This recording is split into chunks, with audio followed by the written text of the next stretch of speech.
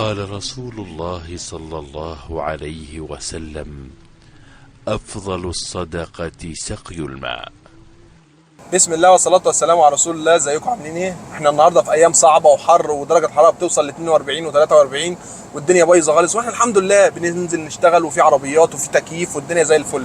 بس في ناس شغلها في الشارع، الناس اللي شغلها في الشارع دي حاول تقدم لها اي حاجة وانت نازل كده، هات لك ازازتين مية معدنية، وانت نازل عبي لك ازازتين ميه من البيت وسقعهم كده وشبرهم واديهم لاي حد شغال في الشارع.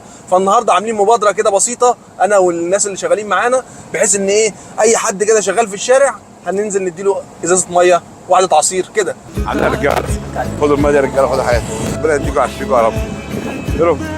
ربنا يكرمكم يا رب كده يا رب. هات كمان هات كمان.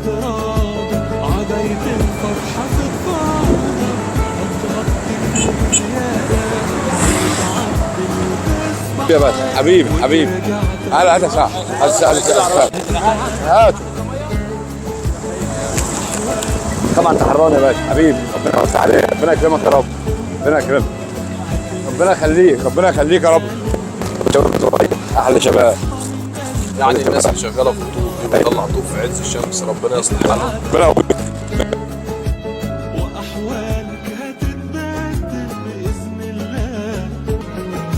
يكون في عونك، ميه ساقعه ايه حبيبي، الله يكون في عونك. يعني سبحان الله الراجل بص شغال مش حران؟ منين انت؟ احسن ناس. اتفضل يا باشا اشرب. يا سعد.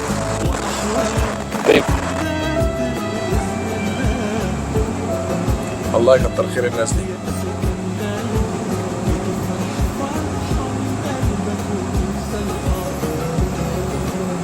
الناس دي ارجل من ناس كتيره جدا.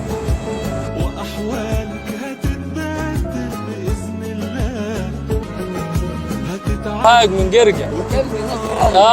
حبيبي يا حاج، طيب امين يا رب العالمين، الله يخليك. ربنا يصلح حال الناس دي. سبحان الله الناس طالع عينيها عشان خاطر تنزل تشتغل في البلاد.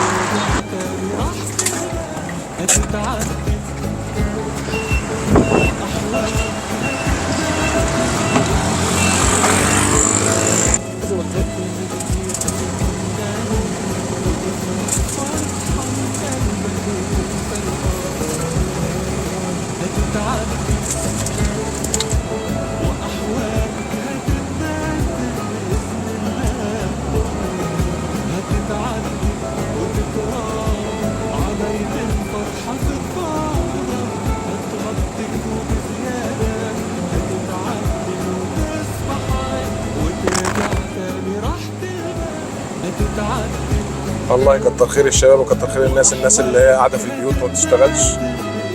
الناس دي طالع عينيها في عز الشمس، ربنا يصلح حالها.